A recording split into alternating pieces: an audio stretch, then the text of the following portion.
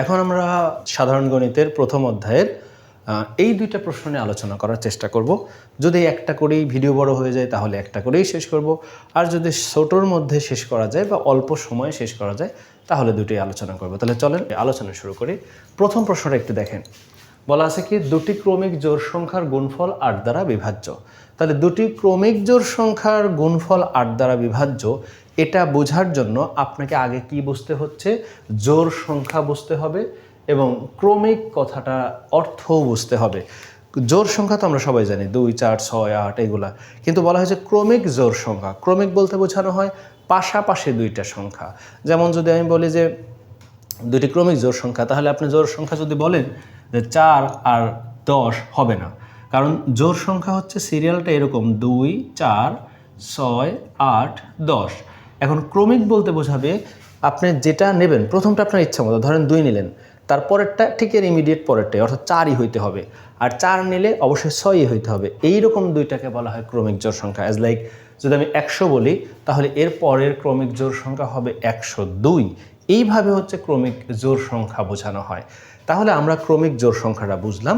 এখন দুইটা ক্রমিক জোড় সংখ্যা যদি নিতে চাই, আমরা এভাবে সংখ্যা নিয়ে তো আর প্রমাণ করতে পারবো না, আমাদের নিতে হবে সাধারণ একটা পদ, অর্থাৎ একটা এমন পদ নেব যেইটা দেখতে জোড় হয় না কিন্তু এটা অ্যাকচুয়ালি জোড় সংখ্যা প্রকাশ করে, এরকম একটা পদ নেব। যেমন ধরেন আমি যদি এখানে যেরকম নিছি 2x এবং 2x প্লাস 2, অর্থাৎ দেখেন বলছি কি, ধরি দুটি ক্রমিক জোড় সংখ্যা যথাক্রমে 2x ও 2x প্লাস 2।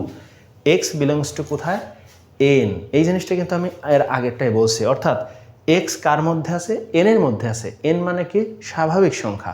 স্বাভাবিক সংখ্যা কারা, 1, 2, 3, 4 এরা। অর্থাৎ আপনি যে দুইটা জিনিস ধরে নিচ্ছেন, এই দুইটা জিনিস কোন ধরনের সংখ্যা বোঝায় সেটা তো ইন্ডিকেট করতে হবে। এক্স এর তো নির্দিষ্ট কোনো মান হয় না। দ্যাটস ওয়াই আপনাকে বলতে হচ্ছে যে হ্যাঁ, আমি যে এই দুইটা জিনিসকে সংখ্যা ধরছি, সেই সংখ্যাটা অবশ্যই কোন সংখ্যার অনুসারী হবে, স্বাভাবিক সংখ্যার অনুসারী হবে। স্বাভাবিক সংখ্যা থেকে আপনি এখানে বসাইলে জোড় সংখ্যাই পাবেন, এটা বোঝাচ্ছি। কিভাবে একটু দেখে আসি। ধরেন 2x আর 2x প্লাস 2, আপনি x এর মান যদি 1 বসান, যেহেতু n এর কথা বলছেন, তাহলে 1 বসালে 2 অক্ষে 2 হচ্ছে, এখানে 1 বসালে 2 অক্ষে 2 আর 2 4, এখানে যদি 2 বসান তাহলে হচ্ছে 4, এখানে যদি আপনি 2 বসান 2 দুগুণে 4 আর 2 6, অর্থাৎ আপনি যখন 1 বসাচ্ছেন তখন 2, 4 পাচ্ছেন, যখন 2 বসাচ্ছেন তখন 4, 6 পাচ্ছেন। তার মানে কি বোঝায়, যে এই দুইটা সংখ্যা জোড় সংখ্যা বোঝায় এবং পাশাপাশি দুইটা জোড় সংখ্যা বোঝায়। দ্যাটস এটা ক্রমিক জোড় সংখ্যা। তাহলে আমরা যে কথাটা লিখছি, ধরি দুটি ক্রমিক জোড় সংখ্যা যথাক্রমে 2x ও 2x প্লাস 2, কথাটা সত্য। তাই যদি হয় তাহলে প্রশ্ন মতে কি, প্রশ্ন মতে 2x ব্র্যাকেটে 2x প্লাস 2, কারণ ওরা বলছে দুটি ক্রমিক জোড় সংখ্যার গুণফল। তাহলে আমরা গুণ করব, পাশাপাশি লেখাই তো বীজগণিতে গুণ বোঝায়। তাহলে 2x এবং 2x প্লাস 2 প্রশ্ন মতে লিখে এখন গুণ করেন। 2x আর 2x যদি গুণ করেন, আমরা জানি ব্র্যাকেটের বাইরে কোনো কিছু থাকলে সে ভিতরে সবার সাথে গুণ হয়। তাহলে 2x দিয়ে 2xকে গুণ করলে 2 দুগুণে 4, আর x গুণ করলে x স্কোয়ার। আবার 2x দিয়ে যদি 2কে গুণ করেন তাহলে 2 দুগুণে 4, আর এই x শুধু থাকবে 4x হবে। এখন আপনি এই দুইটার মধ্যে থেকে 4 কমন নিতে পারবেন, একটা x কমন নিতে পারবেন। তাহলে 4x কমন নিলে বোঝেন এখান থেকে 4 চলে গেল, x দুইটা থেকে একটা গেল, আর কয়টা রইল, একটা। এখান থেকে 4x পুরাটাই যদি চলে যায়, কোথাও থেকে যদি পুরা অংশ সরায় নেওয়া হয় সংখ্যা, ওখানে আর কিছু না থাকলেও 1 থাকে। এই বিষয়ে ডিটেলস অন্য জায়গায় বলা হবে, এখানে আপাতত এটা জেনে রাখেন যে সম্পূর্ণটাই চলে যাওয়ার ফলে ওখানে শূন্য না হয় কি হবে, 1 হবে। এই হলো গেলে ব্যাপারটা। এখন আপনি খেয়াল করেন, এই জায়গায় আপনার ইকুয়েশন শেষ নর্মালি। এখন আপনি যুক্তি দেবেন, যুক্তি দিয়ে প্রমাণ করবেন কথাটা। দেখি যুক্তিতে কী দেওয়া যায়। আমরা এর আগে একটা কথা বলছিলাম যে এই যে পাশাপাশি থাকে না, এটা ক্রমিক স্বাভাবিক সংখ্যা হয়। কিভাবে, আপনি যদি লক্ষ্য করে দেখেন যে x আর একটা হচ্ছে x প্লাস 1, x এবং x প্লাস 1, 4 নিয়ে পরে কথা বলি। এটা মানে যদি হয় 1 তাহলে এটা মানে হবে 2, এটা মানে যদি হয় 2 তাহলে এটা মানে হবে 3। তার মানে কি, একটা আরেকটা থেকে 1 বেশি। তো আমরা তো জানি যে একটা আরেকটা থেকে 1 ডিস্টেন্স থাকলে এরা স্বাভাবিক সংখ্যা এবং ক্রমিক স্বাভাবিক সংখ্যা হয়। ঠিক দেখেন, তাই বলছি যে x ও x প্লাস 1 দুটি ক্রমিক স্বাভাবিক সংখ্যা। যদি তাই হয় তাহলে দুটি ক্রমিক স্বাভাবিক সংখ্যার গুণফল কী হয় একটু দেখে নেই। 2 অক্ষে 2, 3 দুগুণে 6, যদি আরেকটা নিতাম এখানে 3 আর এখানে ধরেন 4 হতো, তাহলে 3 4 12। তাহলে দুটি ক্রমিক স্বাভাবিক সংখ্যার গুণফল সব সময় জোড় সংখ্যা হয়। এখান থেকে প্রমাণ পাইলাম। তাহলে আমরা বলতে পারি এক্স ও এক্স প্লাস ওয়ানের গুণফল একটি জোড় সংখ্যা। এরপরে আপনি কি দেখতে পারেন যে যদি এটা জোড় সংখ্যাই হয় গুণফল, তাহলে আমরা পাশাপাশি লিখি যে এক্স আর এক্স প্লাস ওয়ান, মানে কি এক্স ও এক্স প্লাস ওয়ান দুইটা যদি গুণ করলে জোড় সংখ্যায় বোঝায়, তাহলে আমরা লিখতে পারি এক্স এক্স প্লাস ওয়ান, এই পুরো অংশটা একটা জোড় সংখ্যা। আর সে যদি জোড় সংখ্যাই হয় তাহলে তাকে কয় দ্বারা ভাগ করা যায়? 2 দ্বারা ভাগ করা যায় মিনিমাম, কারণ জোড় সংখ্যা সর্বনিম্ন সংখ্যা কত? 2। সো যে কোনো জোড় সংখ্যাকে মিনিমাম 2 দ্বারা ভাগ করা যায়, তাই লিখছি এই অংশটা 2 দ্বারা বিভাজ্য। যদি এখন এই অংশের সাথে 4 নিয়ে আসি তাহলে 2 এর সাথে 4 গুণ হবে, তাহলে এই অংশটাকে 2 × 4 বা 8 দ্বারা বিভাজ্য। ভালো করে একটু বুঝেন, এখানে এটাকে যদি 2 দ্বারা ভাগ করা যায়, এই অংশটার জন্য যেহেতু এখানে একটা 4 এক্সট্রা আছে রাশিতে, আর আমরা যেহেতু এই রাশিরই অঙ্ক করতেছি, দ্যাটস ওয়াই আমরা এই 4 এর সাথে মেলানোর জন্য এখানে এক্সট্রা 4 দিয়ে গুণ করলাম, তাহলে অবশ্যই এখানে 4 দিয়ে গুণ হবে, তাহলে 2 এর সাথে 4 গুণ মানে কত? 8। তাহলে এটা যদি 2 দিয়ে বিভাজ্য হয়, তাহলে এই অংশটা কত দ্বারা বিভাজ্য হবে? 8 দ্বারা।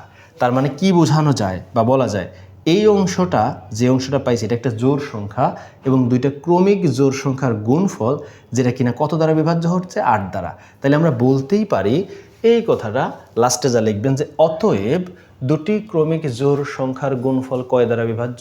8 দ্বারা বিভাজ্য। প্রমাণিত হয়ে গেল। তাহলে দুটি ক্রমিক জোড় সংখ্যার গুণফল 8 দ্বারা বিভাজ্য। আশা করি আপনারা সুন্দর করে নোট করে নেবেন। এর মধ্যে বুঝতে সমস্যা হলে একটু টেনে টেনে দেখেন, আশা করা যায় ক্লিয়ার হয়ে যাবে ইনশাল্লাহ। আর যদি কোনো সমস্যা হয় লিখতে পারেন। এখন আমরা যদি 2 নম্বর প্রশ্নটা দেখি, 2 নম্বর প্রশ্নটাতে স্পষ্ট দেখেন বলা আছে বিজোড় সংখ্যার বর্গকে 8 দ্বারা ভাগ করলে প্রতি ক্ষেত্রে 1 অবশিষ্ট থাকে। মানে অবশ্যই বলছে যে আর কি দেখাও যে বিজোড় সংখ্যার বর্গকে 8 দ্বারা ভাগ করলে প্রতি ক্ষেত্রে কত অবশিষ্ট থাকে? 1 অবশিষ্ট থাকে। অথবা যদি এটা বলে দেয়, এটা বললে সহজ হয়ে যায়, কারণ হচ্ছে যে কোনো বিজোড় সংখ্যা প্রকাশ করতে গেলে অবশ্যই একটা সাধারণ পদ ধরে নিতে হয় বা এমন প্রতীকী একটা পদকে ধরে নিতে হয় যেটা দ্বারা বিজোড় সংখ্যা প্রকাশ করে।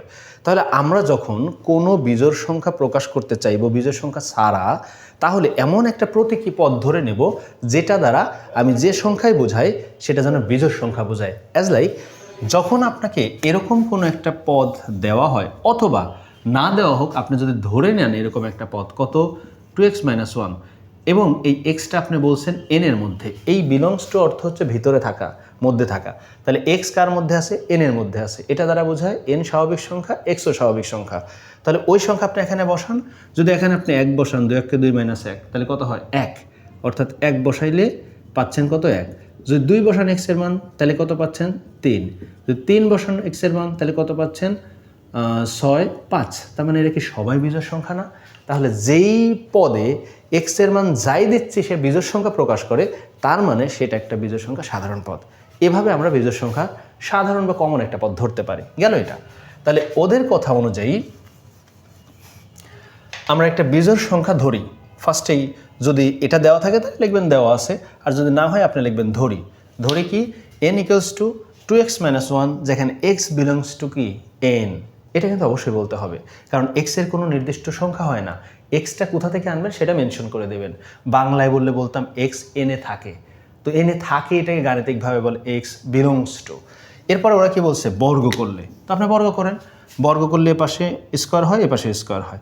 এখন এটা কি সূত্র পড়ছে? a - b whole square. তাহলে a - b হোল স্কোয়ার সূত্র আমরা সবাই জানি। a - b হোল স্কোয়ার মানে a স্কোয়ার মাইনাস 2, সূত্রের 2। a বলতে এটা a, b বলতে এটা b, তাহলে a square minus 2ab plus b square. বর্গ করলে 2 × 2 = 4 হয়, x স্কোয়ার হয়, মাইনাস 2 × 2 = 4 মানে 4x প্লাস 1 স্কোয়ার মানে 1। এখন এইটুকুর মধ্যে থেকে যদি আমি কমন নেই, তাহলে কি কমন নিব? 4 কমন যাবে, x কমন যাবে। তাহলে 4x এর মধ্যে থেকে 4x স্কোয়ার থেকে যদি 4 চলে যায়, x স্কোয়ার থেকে একটা x গেলে কয়টা x থাকে? একটা। 4x থেকে পুরা 4x যদি চলে যায় তাহলে কত থাকে? 1। যে কোনো জায়গা থেকে একটা সম্পূর্ণ অংশ যদি সরায় ফেলেন ওই জায়গায় 1 থাকবে, 0 হবে না। প্লাস কত আছে? 1 রইল। এখন তাহলে আমরা কি বলতে পারি? ওই যে আগের মতো কথা, একটু আগেই তো বুঝায় আসলাম, তাহলে এই বিষয়ে ডিটেলসে না বলি। তখন ছিল x এবং x + 1। তো x ও x + 1 যদি দুটো ক্রমিক স্বাভাবিক সংখ্যা হয়, একই তো কথা। এখানে সেটা প্লাসের জায়গায় শুধু মাইনাস। তাহলে আমরা কি বলতে পারি? যে x ও x - 1 দুটি ক্রমিক স্বাভাবিক সংখ্যা। x ও x - 1 এর গুণফল একটি কি সংখ্যা? জোড় সংখ্যা। আপনি আগের এই যে প্রথমে যে বুঝে আসলাম যে নিয়মটা, ওইটা একটু ভালো করে দেখেন। যদি দুইটা ক্রমিক স্বাভাবিক সংখ্যা হয় তাহলে এদের গুণফল একটি কি সংখ্যা হবে? জোড় সংখ্যা হবে। তাই যদি হয় তাহলে এইটুকু কি একটি জোড় সংখ্যা। এই জোড় সংখ্যাকে মিনিমাম কয় দ্বারা ভাগ করা যায়? 2 দ্বারা ভাগ করা যায়। তাহলে এই অংশের সাথে যদি 4 আনি তাহলে 2 এর সাথে 4 আসবে। কেন 4 আনবেন স্যার? কারণ আমার প্রমাণের এই জায়গার অংশের সাথে 4 আছে, তাহলে এটার সাথে যদি 4 আসে তাহলে 2 এর সাথে 4 আসবে। তাহলে এই অংশটা কত দ্বারা বিভাজ্য? 8। একটু ভালো করে বোঝেন, আপনার পুরা রাশি এটা, কিন্তু আপনার এটা আর এটা ক্রমিক স্বাভাবিক সংখ্যা, এদের গুণফল হচ্ছে জোড় সংখ্যা। এই অংশটা ভাগ যায় 2 দ্বারা, আর এই পুরা 4 সহ ভাগ যায় 8 দ্বারা। তাহলে এই অংশটা হচ্ছে কি আপনার 8 দ্বারা বিভাজ্য, কিন্তু পুরা অংশটা তো ছিল 1 সহ। তাহলে যদি সম্পূর্ণ অংশকে 8 দিয়ে ভাগ করা হয় তাহলে অতিরিক্ত কত বেঁচে থাকে? 1 বেঁচে থাকে না? তার মানে কি বলা যায়? বলা যায় একটি বিজোড় সংখ্যাকে বর্গ করে যদি 8 দিয়ে ভাগ দেওয়া হয় তাহলে অবশিষ্ট কত থাকবে? 1 থাকবে। আমি আবার বলি, এটাকে বর্গ করে যে অংশটা আসছে না, তার এই অংশটা 8 দ্বারা বিভাজ্য। যে এখানে পাইছেন যে এই অংশটুকু 8 দ্বারা বিভাজ্য, তাহলে এই অংশটুকু 8 দ্বারা বিভাজ্য হলে অতিরিক্ত একটু অংশ বেঁচে যায় না, সেটা কত? 1। তার মানে এই অংশটা কার অংশ ছিল? বিজোড় সংখ্যার। তাহলে বলতেই পারি এই পুরো অংশকে 8 দ্বারা ভাগ করলে অবশিষ্ট থাকে কত? 1। কারণ এইটুকু 8 দ্বারা ভাগ যায়, এটা বেঁচে যায়। তাহলে তো বলাই যায় যে কোনো বিজোড় সংখ্যার বর্গকে 8 দ্বারা, এই যে কোনো বিজোড় সংখ্যার বর্গকে 8 দ্বারা ভাগ করলে প্রতি ক্ষেত্রে 1 কত থাকে? অবশিষ্ট থাকে। আশা করি বুঝতে পারছেন। সমস্যা হলে একটু টেনে টেনে দেখেন, আশা করি কোনো সমস্যা হবে না, বুঝতে পারবেন। বুঝতে সমস্যা হলে লিখতে পারেন। এই ভিডিওটা এ পর্যন্তই থাক, দেখা হচ্ছে অন্য কোনো ভিডিওতে। আসসালামু আলাইকুম রহমতুল্লাহ।